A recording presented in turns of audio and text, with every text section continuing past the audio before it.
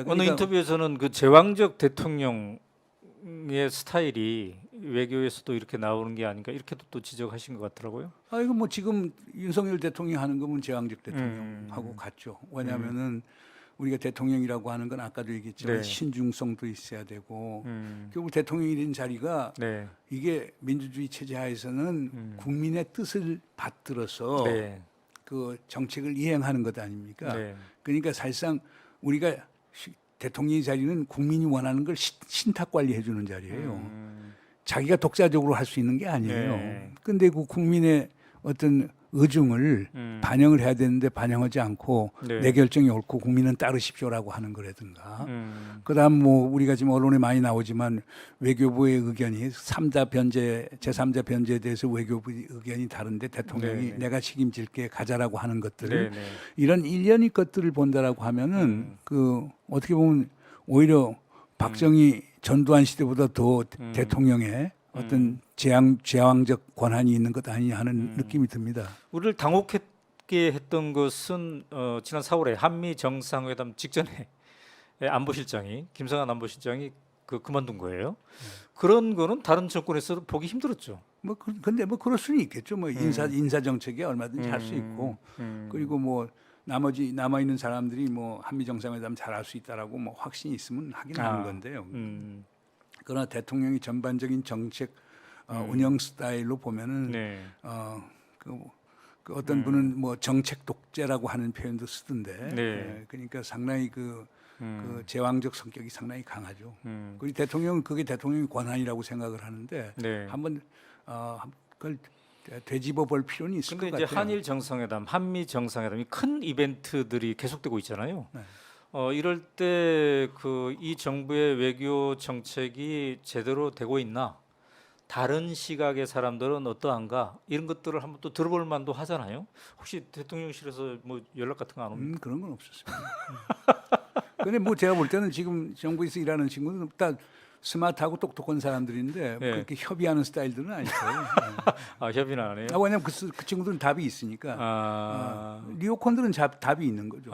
자기네들의 답이 있고. 답이 있기 때문에. 네. 그리고 그건 옳다고 생각하니까. 근데 이제 그게 왜냐하면 위험할 수 있죠. 그러니까 정책이라고 하는 것은 실사구시에서 움직여주는 게 아니고 네. 기본적으로 가치 지향성에 있어서 결국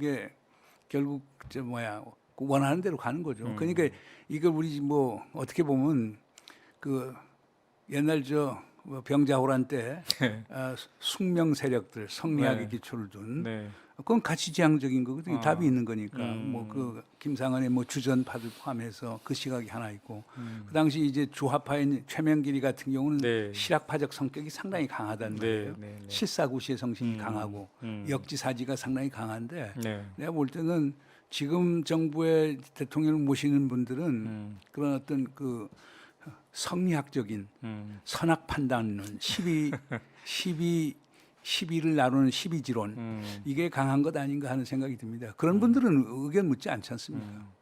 그래서 뭐 본인들끼리 그렇게 하는 건 좋은데 이게 이제 나라의 운명과 또 국민들의 삶 이거에 이제 중대한 영향을 미치니까 우리가 이렇게 지금 함께 얘기를 해보고 있는데요.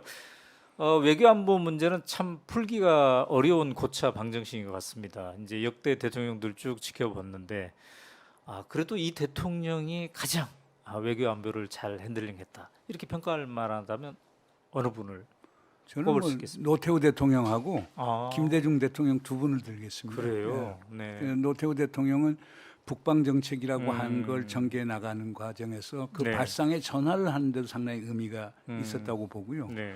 그리고 그 당시 이제 외교안보 수석이었던 김종희 수석이 상당히 역할을 잘했어요.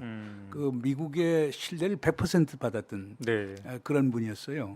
그래서 한미 관계를 잘 관리하면서 그 냉전 후 탈냉전 시기로 넘어가는 과정에서 북방 정책을 전개하면서 우리의 네. 생존과 번영의 공간을 넓혔고 남북 관계의 새로운 돌파구를 만들었다는 점에서 큰 의미를 하고요.